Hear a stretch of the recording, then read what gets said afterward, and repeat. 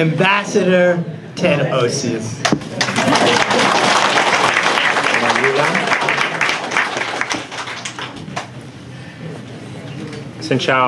Xin chào quý vị và các bạn. Cảm ơn đã mới tới đây hôm nay. Và trước hết tôi muốn giải thích tại sao tôi sẽ nói tiếng Việt với giọng Bắc. Tại vì lần đầu tiên khi tôi đã sang đến Việt Nam, tôi đã học với một giáo viên tên là bà Hiền, giáo viên của miền Nam. Và lúc đó tôi đã nói với giọng Nam. Và sau khi chuẩn bị lần này để trở lại đến Việt Nam, tôi đã học với hai giáo viên của Hà Nội. Và họ đã dạy tôi giọng Bắc. Và bây giờ xin lỗi tôi nói với giọng Bắc. Nhưng tôi có thể hiểu cả hai giọng và miền Trung và Nghệ An và miền Tây, các giọng của tiếng Việt không sao. Và khi chúng ta có cơ hội để trao đổi ý kiến, chúng ta có thể nói bằng tiếng Anh, bằng tiếng Việt, giọng Bắc, giọng Nam, giọng miền Trung. Không sao. Tôi như bà Sanchez đã nói về sếp của tôi, ông đại sứ cũ tên là Pete Peterson. Và tôi rất là tôn trọng Pete Peterson. Ông ấy là bạn thân và ông ấy là đại sứ tuyệt vời. Và tôi cố gắng rất nhiều để theo ông ấy. Và ông ấy đã tôn trọng quý vị và các bạn rất nhiều. Và đó là lý do ông ấy đã bắt đầu truyền thông này để sang đây. Và mỗi đại sứ đã sang đây sau đó để trao đổi ý kiến và để học nhiều của quý vị và các bạn. Tôi sẽ bắt đầu để nói một chút về nhân quyền. Và sau đó tôi sẽ cố gắng giải thích tại sao tôi lạc quan về vấn đề này. First of all, in 2013, our two presidents, the presidents of Vietnam and the president of the United States, signed a comprehensive partnership agreement. And they made a core pillar of that agreement human rights. And it is clear to everyone in the Vietnamese government that respect for human rights is the basis on which we can build a real partnership. In my embassy, everyone carries this little card. I always carry this little card. I am a human rights officer. Everyone in my embassy is a human rights officer. It's not just a job for one person. It's a job for all 900 of us in the embassy and in the consulate. And on this card is written examples of demonstrable progress on human rights. And there are specific requests that we make of the Vietnamese government. My friend Dieu Khai is here today. This card, we haven't changed it quickly enough because we were asking for his release. He's already released. But you know what? We're not satisfied if Dieu Khai is released and someone else is put in prison right behind him. That is not the way the United States works. We don't believe that you can export your problems and then fill in behind by putting more people into prison. That is not a satisfactory way for us to work. So what our request has been, and everybody understands this in the Vietnamese government, is systemic change. That means legal change. That means bringing Vietnam's laws into conformity with its international commitments and with its 2013 Constitution. Right now we're engaged in a very complicated process with Vietnam to change the criminal code and the criminal procedure code and the law on religion. Will we succeed? I don't know. I don't know whether we'll be able to have those laws changed as much as I would like or we here would like. I don't know. But I will try, and my team will try, And we will do everything we can to push the Vietnamese to keep changing those laws, to bring them in accordance with the commitments that they have made. And let me say something about the role of Congress in this process. You see here before you 4 individuals who care deeply about human rights in Vietnam. Their careers show, their records show how much they care. The administration and members of Congress don't always agree. That's okay. We don't have to agree on every point. When they write to the president, when these members of Congress write to the president, or push the administration, it helps me. Every time I hear from you about your concerns, every time I hear from members of Congress about concerns, it helps me, because I go to the leaders of the government and I have this card and I say, it's a choice for you. You have a choice. Do you want to continue to integrate into the world community? Do you want to grow your economy? Do you want to expand your trade? Do you want to have a good trade relationship with the United States? Do you want to have a security relationship with the United States? All this is possible. Or do you want to put more people in prison? Do you want to put more bloggers in prison? What do you think will benefit your country the most? Putting some bloggers in prison or boosting your economy?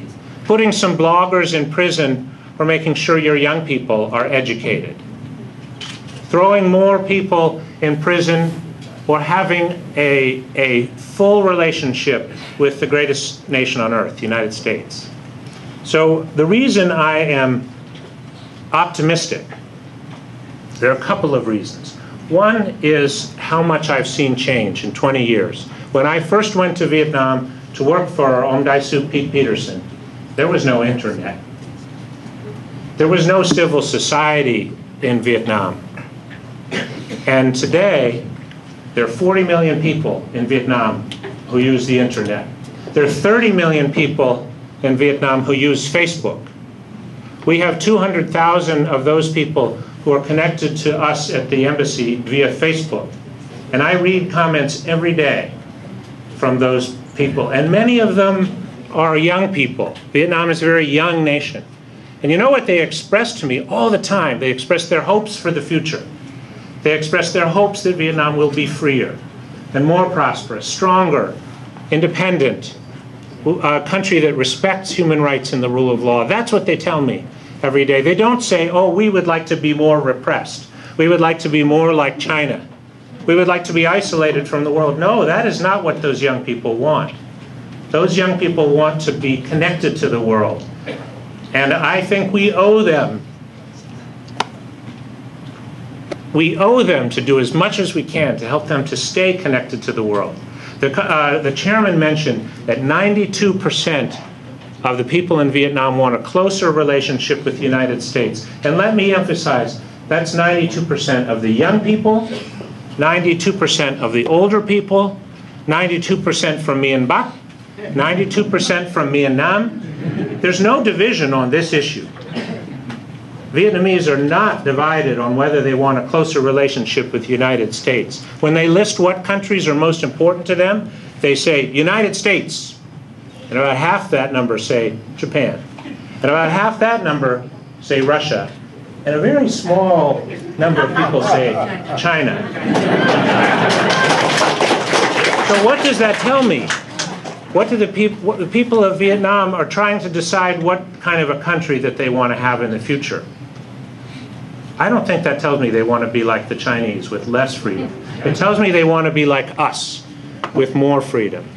And I think that we have an obligation. I feel it very powerfully. And I feel it today in particular because I face you, because you know what the suffering has been. You know from your families, you know from your own experiences how difficult it has been. So I feel that responsibility. I feel that responsibility, and I will do all I can to keep moving forward in that direction. Why else am I lạc quan? Why else am I optimistic? See this little pin? It says 20 years. For 20 years ago, when I was working for first Chargé d'Affaires de Say Anderson, and then Pete Peterson, that's when we established diplomatic relations. This year, we have had an extraordinary number of people going back and forth between our two countries. I had the honor to host former President Clinton a few days ago.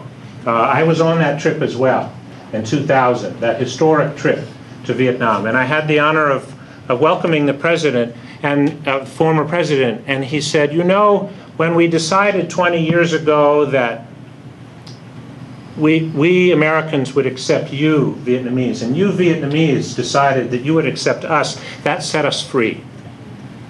And I thought that was a powerful way to look at it. Now, did that set everybody free? No. No, it did not. And I think President Clinton understands that there's still a long, long way to go, because he talked about how much progress we hope for. But 3 cabinet members from the United States have visited Vietnam this year. 7 members of the Politburo will visit the United States before the end of this year. When Nguyen Phu Trong, the Tom Bi Tu, when he went to the Oval Office, that was a first. There's never been a Tom Bi Tu of Dang Khom San who has gone to the Oval Office before, who's gone to the United States before. And when he sat in the Oval Office with the President of the United States for an hour and a half, you know what the President of the United States talked with him about? Human rights, the rights of workers, the importance of freedom of association, the importance of freedom of religion, the importance of free speech and a free internet and free exchange. I was very proud to hear my president directly, politely, but directly and firmly say that this is what needs to happen for us to have the kind of relationship that we should have.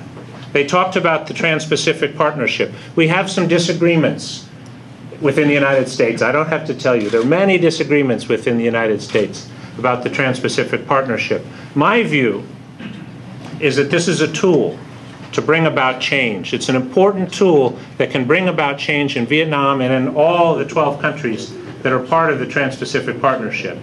We have made clear to the Vietnamese there are no 2 standards for the Trans-Pacific Partnership. There's only a high standard when it comes to labor rights or protection of the environment. There's only one standard, and it's very high, and every country must meet it. And if Vietnam wants to be part of the TPP and benefit from TPP, Vietnam has to meet those high standards too.